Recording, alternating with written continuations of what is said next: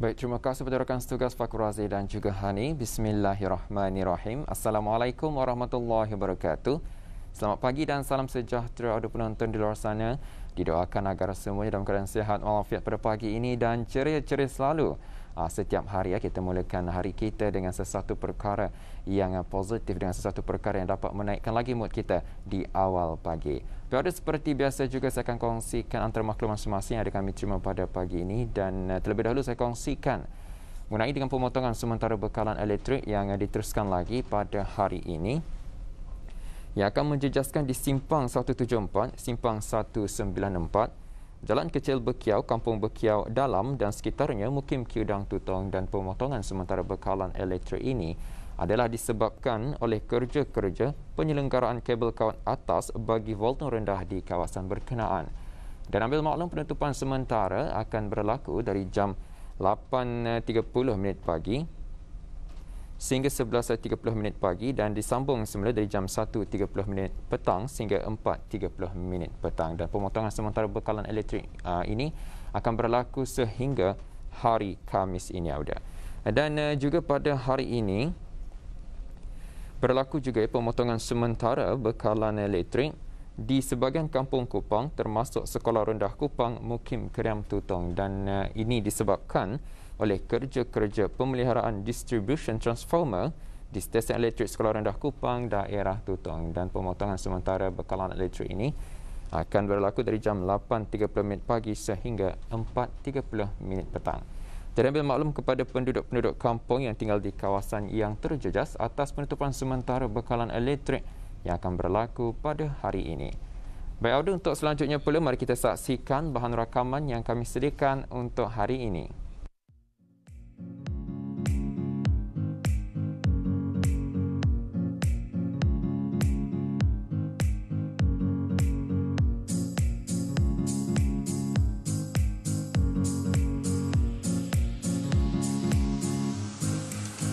Bismillahirrahmanirrahim. Assalamualaikum warahmatullahi wabarakatuh. Selamat pagi dan Auda. Kali ini saya bersama dengan beberapa orang penduduk kampung dari Kampung Lamunin untuk menunjukkanlah beberapa herba khusus daripada akarnya. Jadi kita akan sama-sama mengenali herba-herba yang boleh digunakan yang khusus daripada akarnya. Dan kita ni akan pergi menuju ke Bukit Meliging. Jadi di sana kita akan dapatlah mencari herba-herba yang dinyatakan sebentar tadi. Dan Auda, untuk mengetahui herba-herba apa yang kami akan jumpa nanti, teruskan kesetan Auda bersama saya.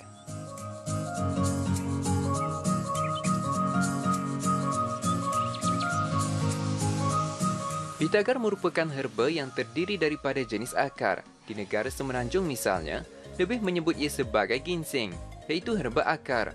Namun di negara ini, ia lebih sinonim disebut sebagai pitagar. Pitagar terdiri daripada pelbagai jenis herba yang lazimnya digunakan oleh masyarakat kampung sejak dahulunya untuk menguatkan tenaga batin maupun tenaga fizikal. Dalam pertemuan kali ini, saya dan kru Rampai Pagi berserta Ketua Kampung Lamunin dan 2 orang penduduk Kampung Lamunin mencari beberapa jenis pitagar di kawasan Banjaran menuju ke Bukit Meliging. Terlebih dahulu, kami menjumpai pitagar Kacip Fatimah. Ini dinamakan herba pitagar Kacip Fatimah. Kacip Fatimah Brunei. Kacip Fatimah Brunei. Kalau Kacip Fatimah Arab lain, ini Kacip Fatimah Brunei. Ada lagi lain tu. Apabila kita mendengar Fatimah itu, tentunya khas untuk wanita. Jadi macam mana ni khasiatnya, penggunaannya macam mana? Penggunaannya sama juga, akarnya itu digunakan direbus, pakai 3 gelas air, teruskan jadikan 1 gelas. Kemudian diminum. Selalunya orang menggunakan ini orang yang lepas bersalin ataupun wanita-wanita yang kurang tenaga, boleh digunakan ini lah. Jadi macam mana kan kalau kita masuk hutan, macam mana kan kenal ini Kacip Fatimah? Macam inilah, ada daunnya, daunnya cantik, dibuat perhiasan pun lawak, cantik, ditaruh di rumah pun boleh. Tetapi alaminya, hidupnya bukan terdedah pada matahari lah. Dia selalu tumbuh di yang redup.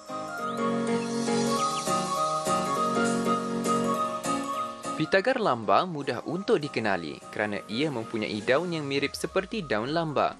Cuma perbezaannya, pitagar lamba tumbuh berbatang dan tingginya sekitar 2 ke 3 kaki. kerap dijumpai di tempat-tempat yang mempunyai tanah yang lembap atau tanah humus. Air rebusan akarnya sebaik-baiknya diminum 2 kali sehari untuk memberi kesegaran pada tubuh badan dan berguna juga kepada kanak-kanak yang lemah tenaga fizikal ataupun yang lambat berjalan. Seterusnya, pitagar mengkudu hutan. Ia mempunyai akar tunjang yang berwarna kuning. Difahamkan rasanya agak manis. Selain daripada untuk tenaga, khasiat lainnya juga adalah untuk mengubati demam kuning, batuk menular, penyakit buah pinggang dan membantu untuk melancarkan perjalanan darah. Cara penggunaannya sama ada direbus dan diminum air rebusannya atau boleh juga dipapak dan dimakan begitu sahaja. Baik Tuan Haji, ini pun kalau saya indah salah, ini merupakan herba johan. Betul. Tapi macam sejenis rumput biasa dilihat. Tapi sebenarnya macam mana ni? Kalau orang yang belum kenal, ini adalah jenis rumput. Tapi sebenarnya ada khasiatnya nih. Rumput ini dinamakan rumput buluh. Rumput buluh jenis pitagar. Dinamakan pitagar rumput buluh. Khasiatnya ada 2. Pertama, khasiat pitagar itu akarnya. Kemudian yang kedua, akarnya itu kalau dimakan ia boleh mengobati orang batuk kering ataupun orang batuk berdarah. Ya, akarnya itu ada mempunyai macam jenis ada berisi lah.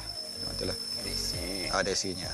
Isinya itu dimakan tuh macam biasalah. Kalau untuk campuran pitagar ya direbus macam biasalah. Jadi isinya ni yang digunakan ni. Yang digunakan. Sebenarnya kalau untuk rebusan pitagar semuanya ini berguna, berfungsi. Maksudnya daripada akar itu. Dari kawasan macam ni lah. Itulah. Tapi kalau ubat batuk, ini saja nih isinya. Oh, putih ni warnanya. Putih. Inilah yang dimakan ya, isinya ini.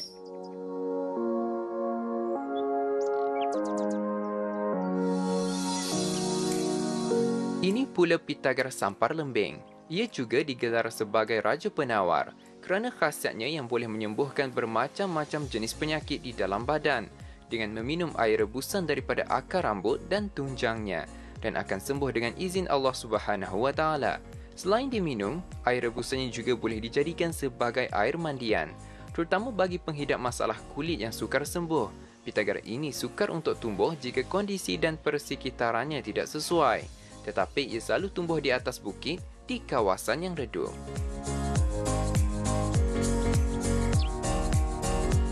Terdapat juga beberapa jenis pitagar yang kami perolehi di sepanjang rentasan hutan menuju ke Bukit Meliging, seperti pitagar Hamzah, pitagar Kumbang, pitagar Putri, pitagar Siranda, dan pitagar Tapuk-Tapuk.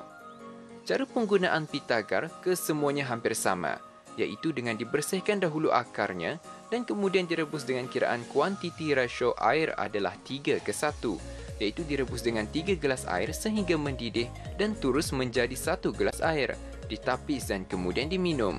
Pitagar-pitagar ini juga boleh dicampur dan direbus bersama untuk menguatkan lagi khasiatnya, iaitu dengan menggunakan campuran kiraan yang ganjil.